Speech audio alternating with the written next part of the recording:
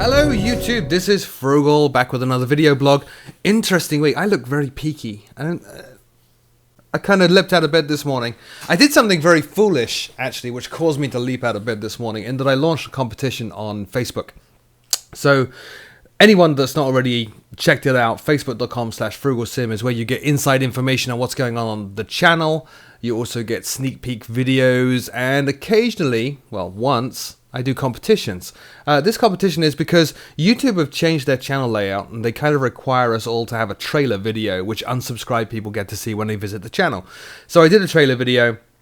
I don't like it. It's pretty awful. And I put out a competition there. I got so frustrated with it. I put out a competition to everybody on Facebook saying, make me a trailer. Go through the YouTube channel, the Frugal Sim channel, find footage that you like, and kind of mash it all together, put some sound on it, and make me a trailer.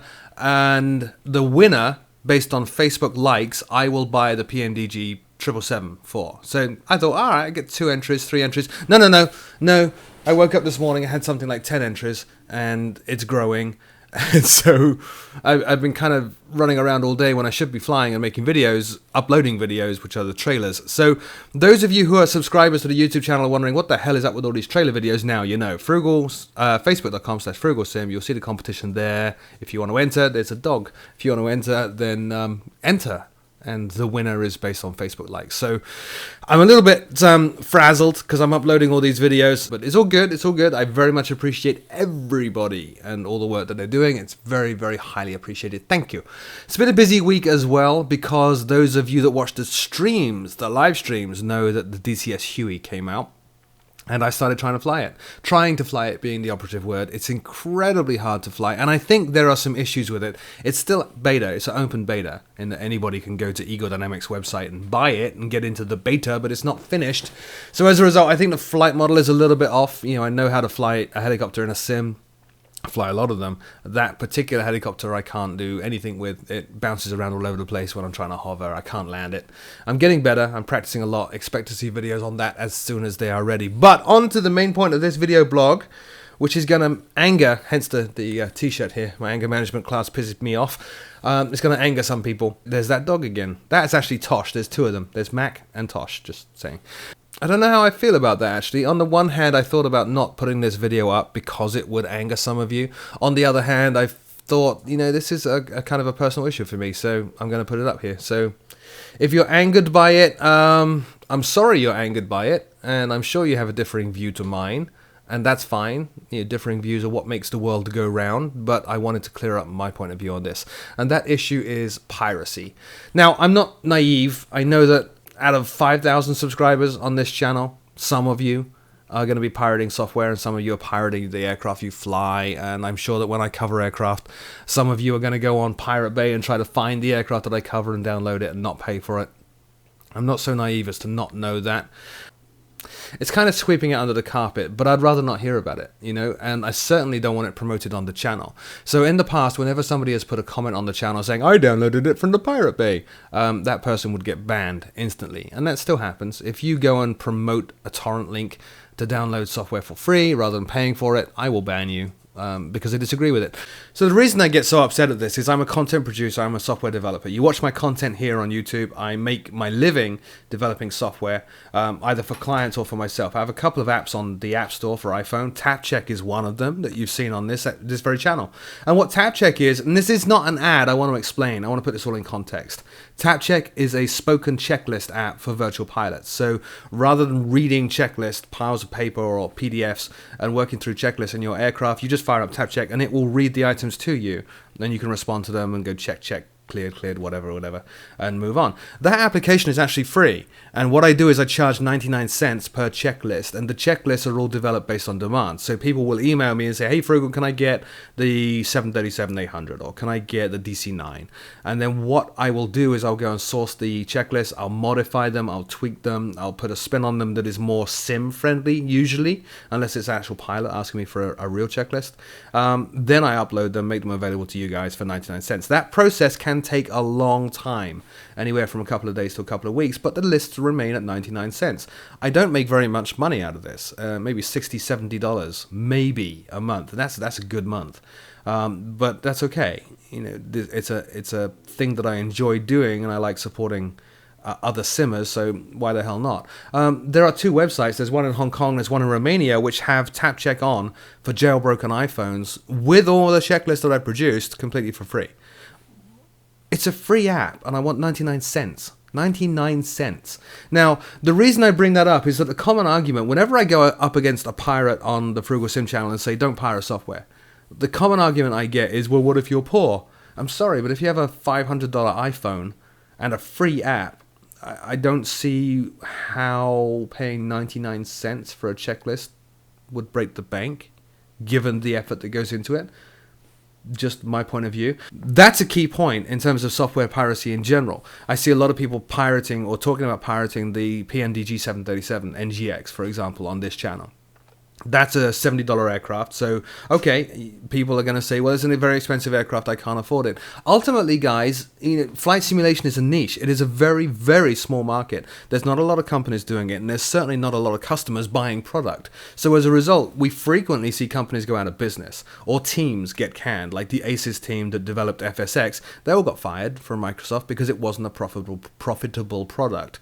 Similarly, PSS went away for quite a while. They're back now as black box, but they went away for quite a while. And then you see other publishers, who I'm not going to name, putting out low quality product, but quite a lot of it, to try to get some economy of scale there, that they'll spend a relatively short amount of time developing quite a low quality aircraft and get it out as frequently as they can to try to make some money. There's not a lot of people buying aircraft. So you either put out a product that costs a lot and is very good, or you put out a product that's not very good and doesn't cost a lot, but put out a lot of them and try to make some money. When people pirate, I dispute the argument that people are pirating because they're poor. I really dispute that. First of all, software, like flight simulation software, is a luxury item. It's not an essential to live. If you're on the poverty line, you should be more concerned about buying food, buying water, paying the bills, keeping a roof over your head, than you are about flying a 737 in an $80 simulator on a $2,000 PC. That's just my point of view. So I completely disagree with the poverty thing. If you are that poor, then you shouldn't even be worrying about this stuff. There are other things, like go get a job. Seriously, study, learn a trade, do whatever you can to support your family. That should be your number one goal. Ripping people off and effectively putting other people on the poverty line by putting their businesses at risk is not the way to go. It's really not the way to go. I dispute the poverty thing in that respect. I also dispute it because, from experience, most software pirates are not poor. They're actually usually well educated.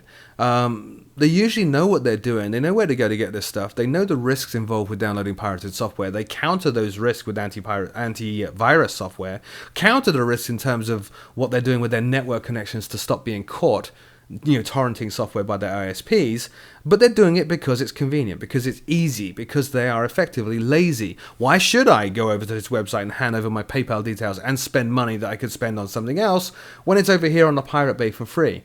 That's just disgraceful. I really don't like that.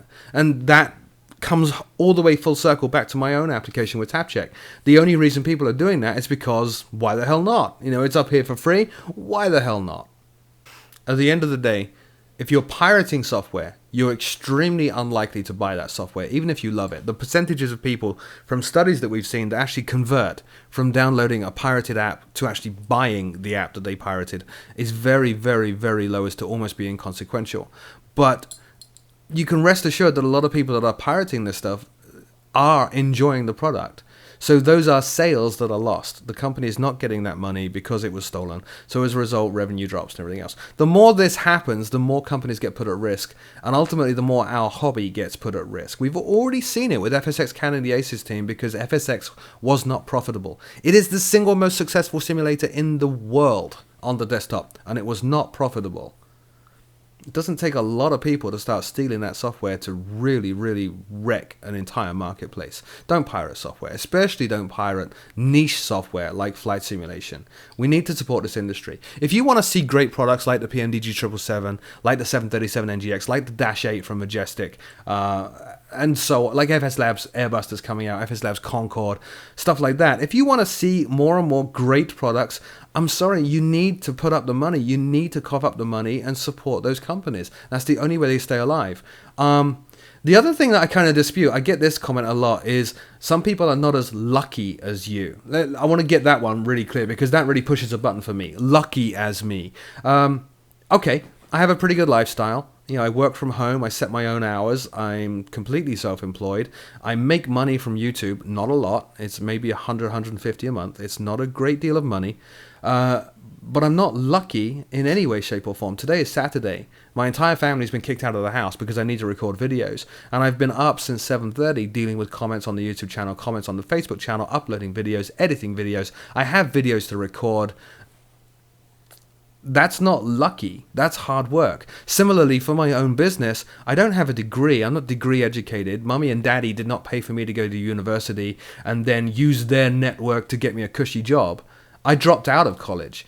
As a kid from the age of 11, 12 years old, I sat at home not playing outside and playing ball and doing the things that normal kids do. I sat inside with a bunch of books, studying how to program, teaching myself how to program. And it effectively from there went on and got jobs in programming, wrote books on programming because I'd studied so much myself. You know, nobody gave me a leg up here. Everything that I have achieved through sacrifice, through hard work, and through dedication. There is no luck involved. So to say people aren't as lucky as you, so they should be able to pirate software, that's just farcical. It really is farcical. I'm not lucky. I work damn hard to establish what I've got in terms of a career and establish what I've got in terms of my hobbies, my income, my home. None of this was provided to me for free.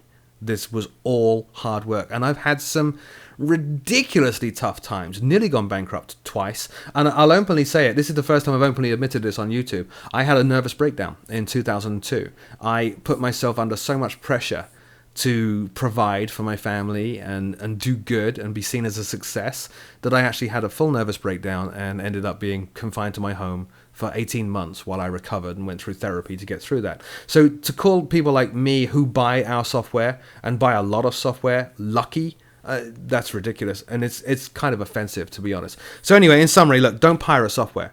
We need to protect this industry. We need to protect this hobby. We really do need to protect this hobby. We need to encourage it. We want more sims. We want more sim platforms like FSX, like a 64-bit version of FSX, or a more user-friendly version of X-Plane. We want to see more and more of those sim platforms. We want to see more high-quality sim add-ons. The only way that is going to happen is if we, as people involved in this hobby, as passionate about this hobby, spend the money. That's the only way it will happen. No one is going to form a business where there's no money. You need to spend the money in order to promote the growth of the hobby that we love. Piracy does not do that. Piracy just says this is a niche market with a very small number of consumers in that market, and a relatively high percentage of the consumers in that market will never pay anything. They just pirate and steal. So just my point of view. I am sorry if I've upset some of you. It's kind of inevitable with a discussion like this. However, my rules still stand. I don't like trolls. If you troll on my channel as a result of this video, you're going to get banned. And if you openly advocate and link to pirate links to download stuff, you're going to get banned. So kind of a serious Frugle's vlog. I apologize. I'm going to get back to making videos now and uploading more of these trailers. Please join the Facebook page, facebook.com/FroogleSim, and vote on your favorite trailers. And then that lucky person, that will be a lucky person. That will be a lucky person. I'm not the lucky person. That will be a lucky person. Will get from me the PMDG 777 when it's released. Cheers.